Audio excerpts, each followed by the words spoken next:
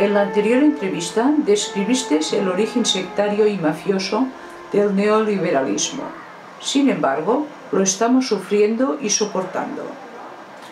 El capitalismo estaba podrido desde su nacimiento y el neoliberalismo ha fracasado.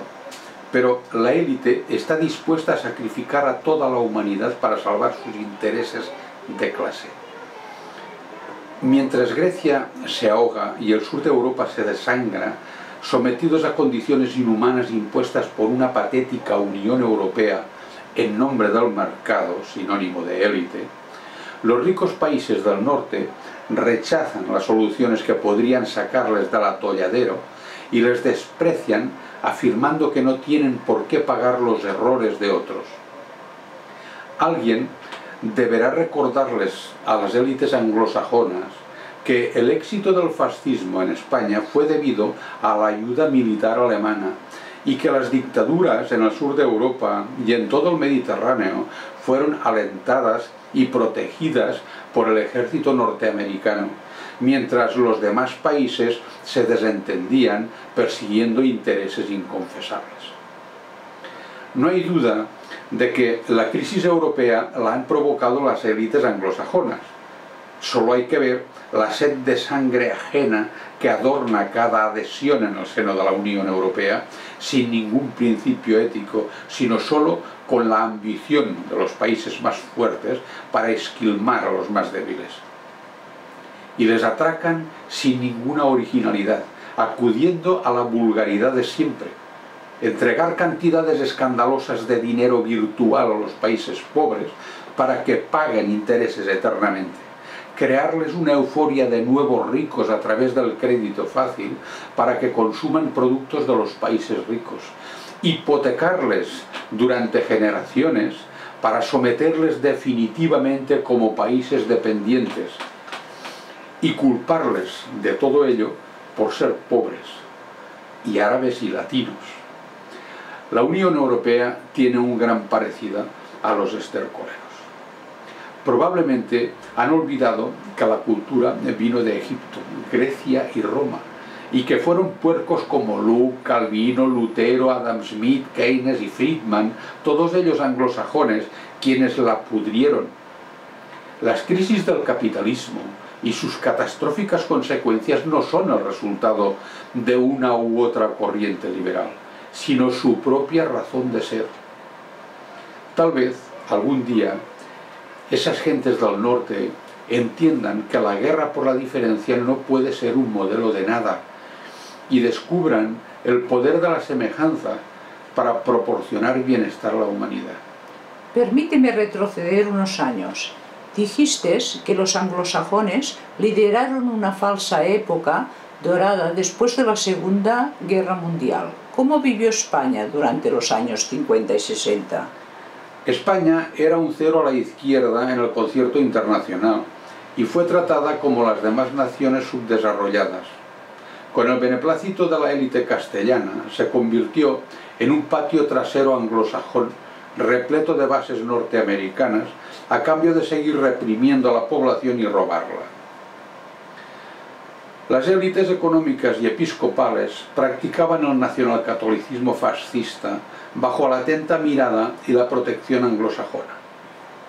Ni liberalismo, ni neoliberalismo, ni nada. Aquí regía una ley económica ancestral.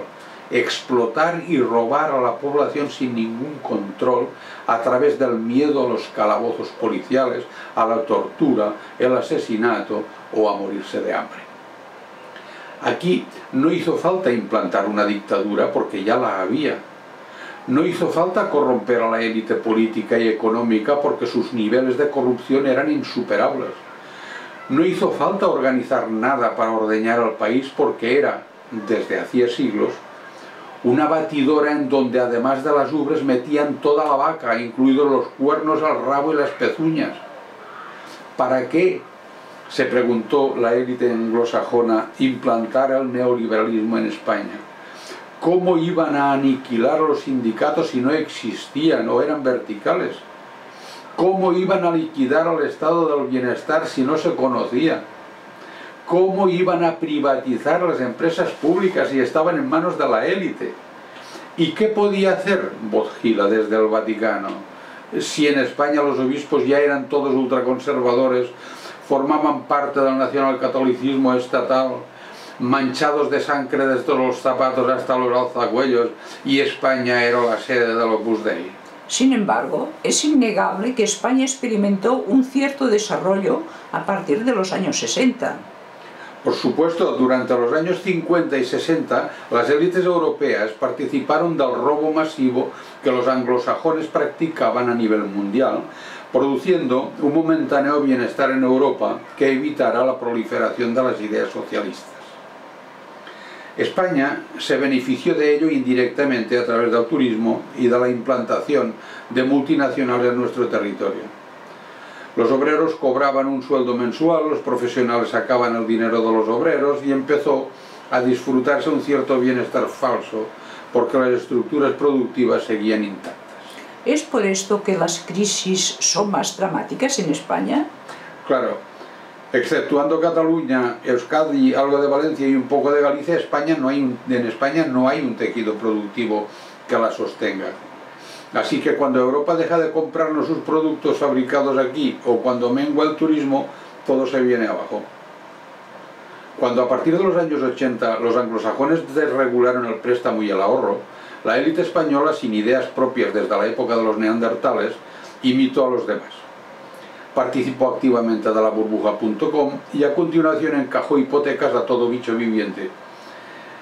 Endeudó a las personas y las familias y las empresas insensatamente, y cuando la burbuja explotó, el desastre fue mayor que en otras partes. A la gente le quitaron la casa, le quedó parte de la deuda, la dejaron sin trabajo y una vez más la abocaron a una economía de supervivencia. Las crisis capitalistas siguen siempre un mismo patrón, por lo menos desde la época colonial. La élite monta una burbuja del tipo que sea, la esclavitud, la piratería, la industrialización, la invención del motor de explosión, la .com financiera, de la deuda, etc. Se trata de construir un negocio piramidal perecedero o burbuja que le dará pingües beneficios a la élite independientemente de si se destruye a los pueblos o al mismo planeta Tierra. Cuando explota la burbuja, la élite se inhibe a favor del Estado, quien, con el sacrificio de la población, saneará la economía para entregársela de nuevo a la élite. De esta forma, la élite se enriquece mientras se hincha la burbuja y el poco dinero que inevitablemente ha ido a parar a manos de la población es recuperado cuando explota la burbuja y el Estado la sanea. Todo indica que el problema de España no se resolverá mientras el poder esté en manos de la élite. Ni en España ni en ningún otro lugar de la Tierra. Los intereses de la élite son opuestos a los de la población. Por eso, si queremos una solución definitiva, hemos de eliminar a la élite y a su sistema capitalista. Por eso mismo, no me cansaré de invitar a la población española y europea a salir a la calle y a no abandonarla hasta conseguir los tres objetivos básicos: nacionalización de la banca, las empresas estratégicas y los servicios fundamentales, creación de una moneda nacional de uso interno para emplear a toda la población y establecimiento de una democracia absolutamente real y directa. Muchas gracias, Joan. A ti.